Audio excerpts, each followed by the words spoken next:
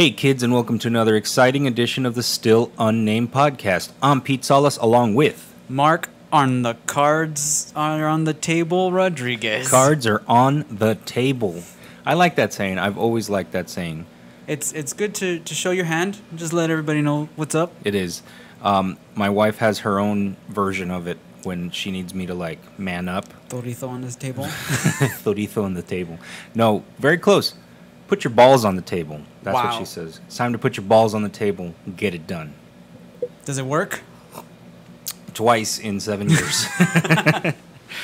Anyway, so what's going on, man? You told me off mic before we started the show that there was something that you wanted to talk about, and it's a little out of your comfort zone. Is that what you're saying? Definitely. Okay, I'm a little bit nervous. And this is not like a scam or any kind of a gimmick. I have no idea what you're about to say. So, Okay. Honest reaction. What's happening? I think last weekend Mm-hmm. I don't want to say that I had it, but I think I may have had a form of depression. Okay. It's very foreign to me that Okay. and I was just like it was strange because I never felt that way before, and it peaked Monday, where I was just so freaking sad on Monday. Okay. Like I had never felt that way before, and I turned to Alyssa and I was like, I think I'm depressed right now, which is completely foreign to me because I've always been Yeah. No. pretty cheerful and chipper and I would say out of the two of us, you're the more chipper one and Yeah. less depressed. But okay, go on. and there was no real trigger for me. It was so weird. Okay. You don't know what brought it on at all. Correct. Okay. It started on Saturday, I want to say. I felt empty. Okay. Like I don't know, cause I never understood it whenever people, cause I'm very empathetic. I understand when people are depressed or I understand that I don't understand what they're going through, and I try to empathize as much as I can. Yes. But I felt nothing. I felt nothing all day on Saturday, and I was just. I stayed in bed all day. I think I might have mentioned it last week. Mm-hmm. We stayed in bed all day on Saturday, and we just No, you watched didn't TV. say that. But I didn't want to do anything, and I felt like I was almost like in a funk, and it was so foreign to me. I didn't understand what was going on. Okay. And the following day, Sunday, I felt that way still, Mm-hmm.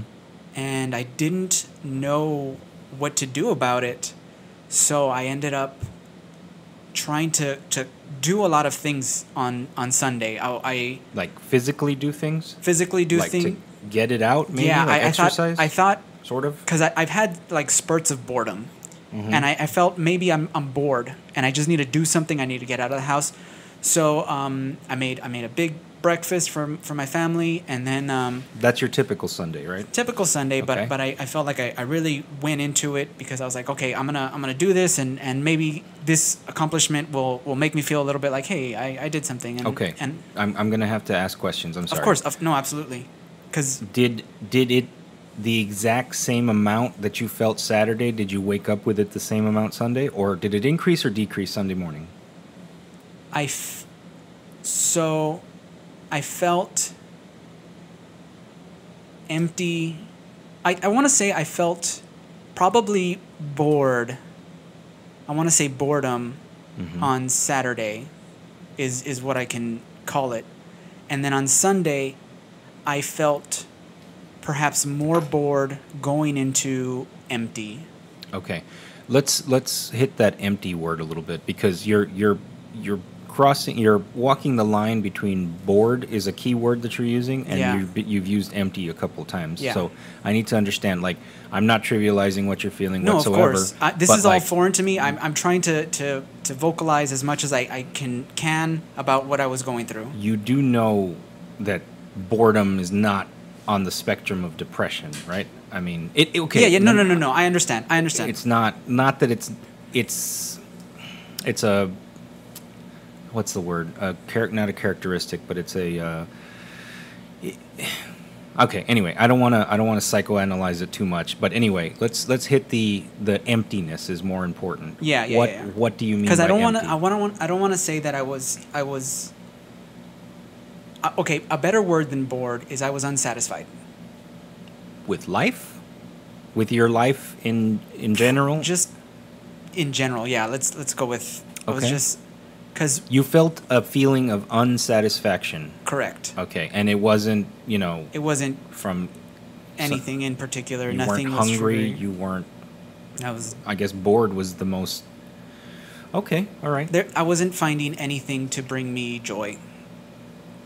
Or I was. I ended up like Saturday. Alyssa and I were on Saturday, in the middle of a movie. And I just got up and started to do chores. Okay. Because I was just. I didn't want to do that anymore. Right. We were watching a comedy movie and I was like, I'm done doing this. And nothing happened Friday. What happened? Nothing. Nothing. You just woke up like this Saturday morning. I was just in a. Or did funk. Did it? There was no. Because mine. Let's just. Yeah, of course. I can say mine consumes me.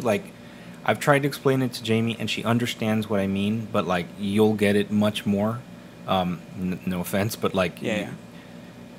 It's like the symbiote taking over Eddie Brock as he becomes Venom. Mm-hmm. That's what I literally feel it crawling over me, and it's this warmth, almost like someone popped a warm bag of liquid in my brain and it is trickling down me and consuming me. Yeah. That's what takes over me. Did you have that feeling at all? I felt nothing. Okay. I'm talking specifically on when it came upon you. Yeah. So did you wake up that way, I guess? I think I woke up that way. Okay, so it happened overnight then. It had to have been. Okay. Keep going. So that was Saturday. I felt nothing. And then Sunday I tried to fill that nothing with doing things. Mm-hmm. So started with the breakfast and then I felt nothing. And then I took the kids to the park, and I took them to the park, and they rode bikes, and I took pictures with them, and I was trying to spend time with them and do what they want to do, mm-hmm. and we did that for a while, and then I came home, and then I exercised, and I got a good workout in, and then I took a shower, mm-hmm. and I did some chores, and then I recorded the podcast with you, and so were you better? Dinner. Were you better by last Sunday night? No. Okay, because I got no feeling of that from you. Yeah. But let me just say, you said a key word a little while ago of empathy. I feel like I have no empathetic I have no empathy inside me. Uh-huh. I have sympathy for days. Yeah. If you're literally hurt on the floor, yeah, I will sympathize with you. I will go and I will try and help you up. Mm-hmm. But empathy, I don't have that sense of to know there's something wrong with you inside. So I didn't feel it last Sunday at all. No, yeah, and I thought you came off pretty well. So I was faking it. Wow. I was just. I'm sorry. No, it's nothing that you did. You could have called off the recording. I wanted to do things. Oh, that's true. That is true. Went home, made dinner. No, I'm sorry, I didn't make dinner. I picked up dinner, mm-hmm.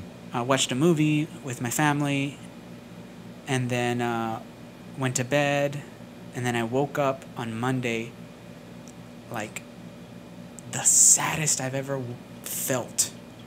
And I don't want to use this word lightly, but I felt like on Monday I was proper depressed. Mm-hmm. I got out of bed in the morning, and I used the bathroom, and when I went to go wash my hands, I looked in the mirror and I turned away because I couldn't look at myself. Mm-hmm. I understand. Make eye contact with my reflection. It was so difficult. And at that point, I looked down and I was trying not to make eye contact with my reflection, and I started brushing my teeth, and I was just in a bad feeling. And Alyssa comes in, and she starts getting ready for work, and she can feel that something's off. And she turns to me, and she looks at me, and she says, "Are you okay?" And I look at her, and I just start crying. Mm-hmm. I just, for no, like, I've never... I understand. I looked at her, and I said, "I think I'm depressed right now." Mm-hmm. And I just start weeping, and she holds me, and I don't know, I was just so sad that morning. Mm-hmm. And I went through the motions, and I got dressed, and I made the kids breakfast, helped them get dressed, and took them to school, and she was still, like, trying to keep tabs on me. She has to Mm-hmm. work also, she can't Right. be on me, but she's obviously concerned, but because I've never been like that. Right. No, obviously, if that is a serious warning sign for someone who's typically so, happy and jolly. And now at work, normal things were, like, exhausting. Every conversation I had with a fellow employee, I put on the face again, Mm-hmm. and I pretended like I'm regular, and then they left, and I was like, oh my gosh, that was so tiring. Like, I need a rest from human interaction. I understand completely. Mm-hmm. And I was doing all of my work at work, trying to just keep myself busy, but every lull that I had, every second that I wasn't busy, I just sit in my darkness. Like, I can't understand or express how empty and hollow I felt. And I just finished, once I was done with work, I went home, Mm-hmm. started dinner, and made dinner for the family and served the kids. And Alyssa gets home, and then I serve the kids, and she's there with me, and she's like, "Are you okay?" And I'm like, I don't think so. And she just let me be. Mm-hmm. But she was very supportive, because and I tried to vocalize as much as I could, because I'm still able to communicate with her, Mm-hmm. because I'm able to be vulnerable with her. Right. And I couldn't understand why I was feeling she was asking me questions, and I was like, I don't know what's going on. And then I went to bed at around 8:30 Monday. Okay. And then Tuesday, I woke up and I was fine. Wow. Like, So, that empty, hollow feeling was just gone, and I don't know what happened. It was just a really ugly feeling, and I just needed to let it out. okay. Yeah, I mean, I didn't want to cut you off, but, like, I was very curious if you're still feeling that right now. No, but I'm a little bit nervous, and uncomfortable revisiting how I was those few days. It's just because I am, like, what I am on the microphone is pretty much what I am in real life. I'm very chipper. I'm very happy. Mm-hmm. Yeah, no. I love to make jokes. You are legit the same dumbass on and off the mic.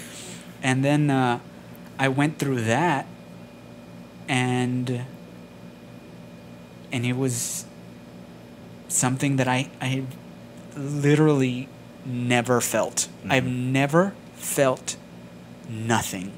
I wear my emotions on my sleeve. Mm-hmm. If I'm upset, I'm upset. If I'm happy, I'm happy. Right.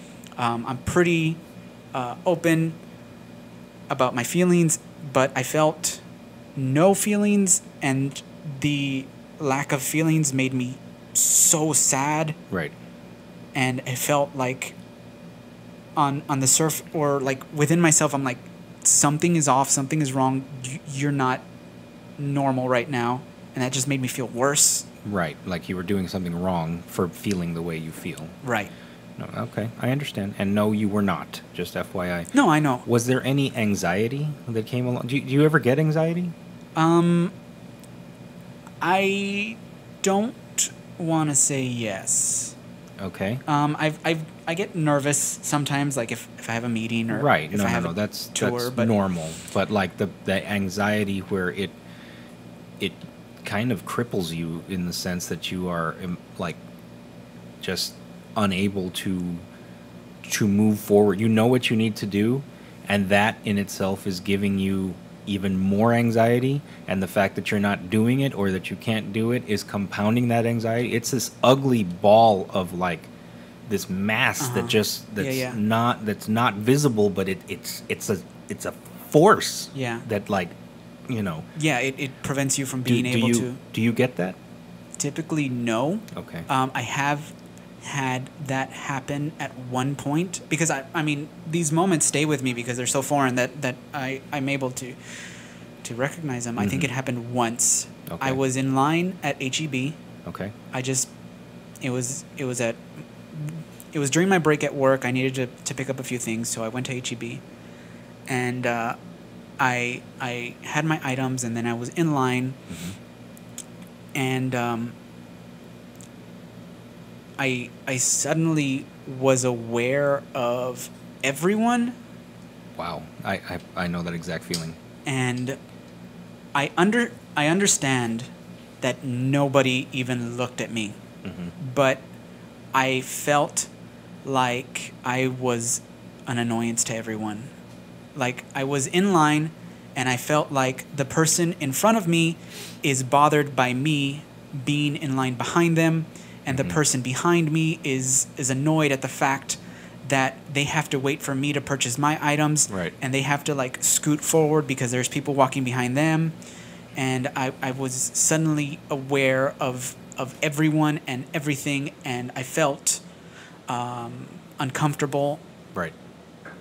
I feel like that was okay. The almost, was that recently too? No, that was about maybe a year or two ago. Okay. So this is not something I'm familiar with. Okay. Could it be subconsciously? You have a birthday coming up, right? Not till June. Coming up, I guess. In the sense that it's this year. You are turning 35, correct? Fuck you, Pete. I'm turning 32.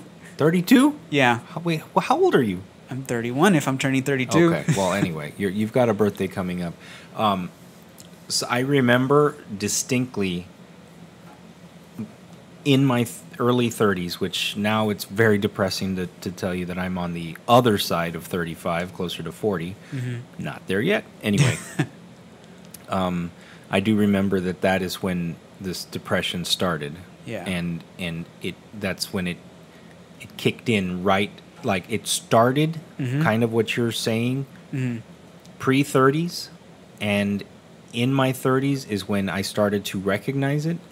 And could it be subconsciously that you're getting older, that is fucking with your head, because that's very common? I don't think so. Okay. Only because I don't feel, I don't know. I don't feel like that's an issue because like I'm in pretty good shape. I exercise. Again, it's subconsciously. I mean, that means it's not really something that you would have already thought of. I'm asking you to look at another perspective. Could it be that? And I'm not leading the witness or projecting. Yeah. I'm trying to not trying to project at all. I'm just I'm trying to reflect and look inside myself, but I don't think that I've ever really. I mean, more so probably in my 20s. Oh, okay. I was like not depressed, never depressed, but aware of my fleeting youth. I got it. But less so now. I think I think when I was younger, it was more so active because I was like, I'm in my mid-20s. What am I going to do? I need to find a career. I need to provide for my family. Right. And I feel like I'm doing pretty good at that right now. Okay. I have a pretty good career, and I feel like I'm doing all right with my family. Yeah. And that's where most of my, I don't want to say anxiety, but my cautiousness Right. stemmed from. Okay. I mean, that's, to me, again, no two depressions are the same. Everybody's different, so everybody feels it differently. But that was definitely a factor in mine, was the fact that, you know, I became a, you know, a single dad. Yeah. At age, you know, 27, 28, whatever it was. And it was like a shock to my senses. Mm-hmm. In a way, I kind of like I don't want to call it a burden at all, but you know, in that vein, being in my early 20s, Yeah. having a new little infant Mm-hmm. that I was sharing with another person, you know, that was stressful in itself. You know, fatherhood is Of course. is stressful in Yeah. itself. You add the factor of problems in a relationship Yeah. that then turns into a complete breakup, that then now you've got this whole role of being a single dad. Mm-hmm. And I did not do very well with that early on. My relationship with Quentin, when we were moved into the transitioned into this next phase of our lives, where like, okay, buddy, you're coming with dad this weekend, and you know, back and Yeah. forth and back and forth Mhm. between him and his mom, between me and his mom. That is where I think that the anxiety Mhm. started Yeah. that early on, because I felt as if I did not know how to parent this kid. Yeah. I didn't, Mm-hmm. because it was really like 80-20, Mhm. really. And actually that's not fair, because my parents helped raise Quentin Yeah. a lot, Mhm. a lot in his early childhood. So it's like Quentin's mom and I shared almost custody with them. Yeah. Okay, so now I'm peeling back the onion just a little bit. Yeah. So you're almost co-parents with your parents, Right. and then And your then partner. all of a sudden I don't have the partner anymore. So Yeah. now it's like a trifecta of who's raising this kid. And I did check out a lot of times. I'm getting to a point. I'm saying all this for a reason. So fast forward just like 2 years or so, you know, he's now 7, and my relationship with him was not very, very good. I mean, it's not like it was bad, but it was just like we were more like friends than anything else. Yeah. And that's when I started saying, You were playing the role of dad more than actually right, feeling or doing. than actually parenting. And I Yeah. take full responsibility for that. And, you know, but that there was a lot of anxiety that came along with, am I doing this right? And I don't want to screw up this kid. So I'm the type of person that's like, if it's too hard, then I got to quit. I'm out. Yeah. Like, if it's too hard to do and I run the risk of ruining this project, Yeah. then I'm going to take my hands off this project, Yeah. because I want this project to succeed without me. Mhm. You know, but you can't really do that with fatherhood. Correct. I mean, some people can, but like, Some people have. some people have, but that's bullshit. Anyway, Yeah.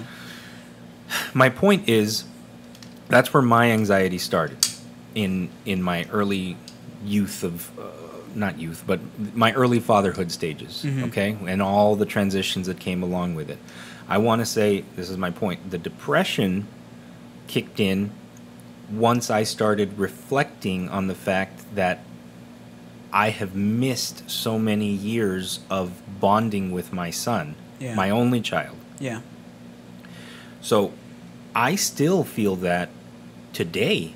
Mhm. You know, Yeah. I look, like, for instance, my last breakdown, since we're sharing here, Yeah. was last Tuesday, the day after yours. Wow. Okay? The day after yours was open house for Quentin. Yeah. And that typically, and I'm going to sound like a real shithead here, but like all those little like open house and little like sing-along pageants and awards assemblies and just all that stuff, like, not that it doesn't matter to me, but it's kind of like, oh God, here's another one. Okay, I got to make time to go do this. And you know, to my credit, not that we're keeping score, like, you know, I try to make all of them. Yeah. And I do for the most part. Yeah. But it's not without like a stressor to me. Okay, so this last one, he's in 5th grade, so this is midway through this open house. I was sitting there and I was looking at his little drawings and his little, you know, what he wants to be when he grows up and all that other stuff that they lay out, and I was thinking to myself, you know what, this is his last open house of elementary. They don't have open houses in middle school, do they? I mean, I don't remember that. I don't recall ever having my parents come to an open house in middle school. I don't think that exists. I may be wrong, but like... No, I think so. Okay. But they might have been just like checking out too. Possibly. But like... Possibly. I just got hit with this overwhelming depression that I'm getting older, he's getting older. This is the last fucking thing that is going to happen for Element. And it's really not. I mean, he's... Anyway, my point being that... He's graduating... Not... I mean, I'm going to say graduating for lack of a better term. He's transitioning from being a kid to being a preteen. Right. And then he's going to be a teen. Right. And then he's going to be an adult. Correct. So I just remember like walking back to the car with Jamie and sitting in the car and just kind of like just silently weeping, like just tears streaming down my face. Yeah. And I'm like, she said, and you know, it's okay. She's also very supportive. Like she is like you, very empathetic. I don't know if that's the word, but she has a lot of empathy and she understands without even me saying anything. So I'm sitting there and I'm crying in the car and I can't express myself. I have trouble expressing my feelings. I hate feeling feelings. I hate them. I hate them. I don't know how to handle them. I don't know how to understand, process, analyze, and then ultimately, you know, reflect, work through. I don't, exactly. Yeah. I can't work through feelings because I don't understand them. So I have a very hard time expressing it. So, I mean, you know, to her credit and bless her heart, like she tries to get like it's real like fucking Helen Keller here, like, you know, use your words kind of thing. Like, okay, what are you feeling? You know, and she like breaks it down for me like I'm a kindergartner. But I mean, you might be emotionally like dead inside. Young, I was gonna say you're incapable of verbalizing your feelings, which it's very. I am very. It's very hard for me to verbalize my feelings. I can write them. And I'm pretty good at that. Let me read something to you now that we're getting real here. I wrote this March 3rd. I was sitting outside and I was very, very. I was having. You were feeling. I was feeling, and I don't like feeling, so I go outside like a dog who's dying. I just want to go be by myself with my under the house with my feelings. Exactly. And you know, I've mentioned this before. Like, I am so fucking sick of social media. Yeah. I'm on it, but you know, I'm so sick of seeing. What particularly are you sick of? The fake fucking people out there. Oh yeah. Who fake their way through life and project a fantasy of what it is that they're really living. Yeah. You know, not everyone has issues, everyone has problems, but not on social media. Everyone tries to be as fake as possible to show their best possible side. Yeah. No one ever peels it back, no one ever shows the ugliness. Yeah. You know, and it was bothering me. Not that I want ugliness on my timeline. You want people to be real. I You want authenticity. I want authenticity. I want realism. But I guess that's not what social media is. Authenticity and realism is out in the world. It's not, on Facebook. Not a page. So I didn't do it, but I was going to put out. There's so many challenges out there in the world. Everyone challenges you to do. Now they're throwing. Like a hot pepper challenge, right? Or like the 10-year challenge and put your all that shit. This is what I look like. Now they're throwing cheese at babies and cats. I don't know. Why are they doing that? I don't know. I don't have the fucking energy to even investigate what that's about. It's funny, but I don't know why they're doing it. I had seen someone throw cheese at a cat, and on the tag it said something like, "Since I don't have a baby, this is what I'm gonna do." Right. And then I was like, "What? Why did she throw the cheese on the cat?" And then like a couple of days later, I saw a video of someone throwing cheese at their baby, and I'm like, that makes even less sense. Right. But I guess the cat one was in reference to the babies. Which, why are you throwing cheese at your baby? I don't know. Not important. Not important. Anyway, I wanted to put out a Let's Get Real challenge, and I was going to challenge people to describe themselves only using their most worst possible qualities and what they feel. I don't think that one was going to go viral. I don't think very many people were going to do it, but I said, I'll go first. And here we go. Keep in mind, this was written at a low point. A very, very low point for me a couple days ago. I am a morbidly obese, type 2 diabetic with reclusive antisocial tendencies. I allow fear and guilt to drive my every decision and direction. And based on my own research, I suffer from an undiagnosed depression, some kind of dissociative disorder, and more than likely am on the spectrum of some form of mild autism. The official clinical severity, however, is currently unknown. Furthermore, in many instances, I have proven to be devoid of any feelings and have trouble functioning in the world when it comes to understanding basic human emotion. The easiest way to phrase it is, I feel dead inside. I am told I am oftentimes selfish and think only of myself, but I fear my narcissism has blocked the ability to accept that as true. My biggest fear is that I have wasted the last decade of my life worrying about all of these points listed, and in turn have focused so much on myself that I have failed as a husband and lost out on so much of the joy of raising a son.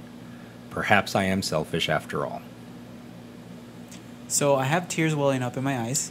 Yeah, I was a little choked up reading that, but I'm a goddamn professional, so I did. That is so fucking real. Yep. And I mean, that's wow. That's what I think the world needs, is authenticity. Mm-hmm. Because you're absolutely right. Everybody is showing their best face. Right. I mean, even, not to pull it back to me, but even last week when I was on the pod, yeah, I put on a fake face, and man, I fucking hid the shit out of it.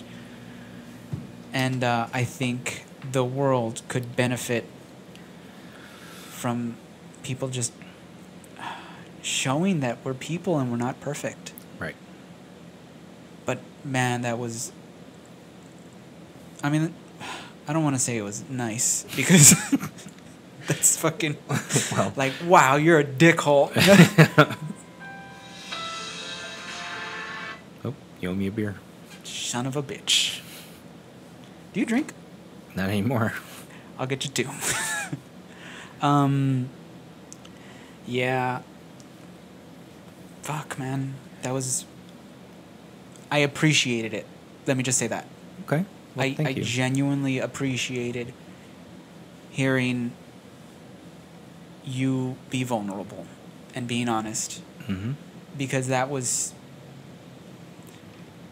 more real. Look, I've known you for probably 10 years now. Yep. That's probably the most real thing you've ever shared. And you did it on a microphone. And I had to read it because I had to write it first, because I can't just say it. It won't come out the same way. A fraction of it will come out, And I was only I was inspired to do it right now because of how vulnerable you made yourself out to be, and how overall depressing this episode ended up being. So I figured I'd just add to it. I wanted to be vulnerable and open right now, because I feel I'm unlike you. I think the reason this show is as good as it is, not to pat ourselves on the back, is because we're very opposite. Right. I'm able to verbalize and explain my feelings. I am able to internalize my thoughts, reflect, and then share what I'm going through. But those couple of days, I could not. I was sharing with Alyssa as well as I could. I was being as open as I could because I was able to recognize. I mean, the first thing that I told her is, I think I'm depressed, which is not something I imagine most depressed people feel. They just beat themselves up inside. I couldn't explain what I was going through. I understand. So I just wanted to try to let some of that negative energy out. Well, this is the place to do it. Yeah. That's what this whole thing was for. That's why I started this. You know. I really appreciate the platform. Yes. And being able to be open like I've never been. Like, literally, I've never felt like that, and then shared it. Because I was fucking faking it at work, too. You could not tell. Well, thank you for sharing that. That's, Don't worry about it. Yeah. Anytime. Wow, okay. Well, you know what? I'm going to put a button on this one, because I don't even want to... like, change the... Right. I think that gears. that's the vibe of this episode. And, you know, we usually try to bring the ha-has, but today we brought the serious feels, because it's important, because you are important to not only to the show, you're important to me, and it's very important to me that I know how you're feeling. Yeah. And thank you for sharing that. Honestly, I feel better. Good. I feel better than when we started this episode. I was nervous. I tried to hide my hands because I was shaking a little bit, because this is foreign territory to me. I didn't want to come in and just be like, I'm sad. I was sad last week. No, like turn it into a bit. I get you. So just being open and sharing made me feel better. I feel better now. Good. Very good. Okay. So thank you. Okay. Well, I guess hit the music? Question mark? Question me. Okay, well, thank you everyone for listening. And this was a different one, and Yeah. I feel good about it. I feel good about ending it here. How do you feel? You feel good? I feel really good. Okay. I don't mind that we didn't bring the ha-has. I just wanted to let it out, and Okay. maybe some other people can Yes, of feel course. good too. Hopefully this helps some people. So, I mean, kind of peeling back the layers that, like, I'm pretty positive, but even, I mean, I don't want to fucking sound like a, hey everybody, Perfect Mark even has sad days too. right, no, of course. You're not trivializing anyone who is actually suffers from depression, Yeah. often and daily. I just want people to know that, hey, it's okay. Right. Okay. Well, so in that case, let's just end it here. Yep. And instead of our usual way of ending it, let's just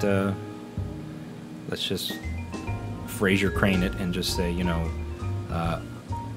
thank you everyone for listening, and we wish you all good mental health. Goodbye.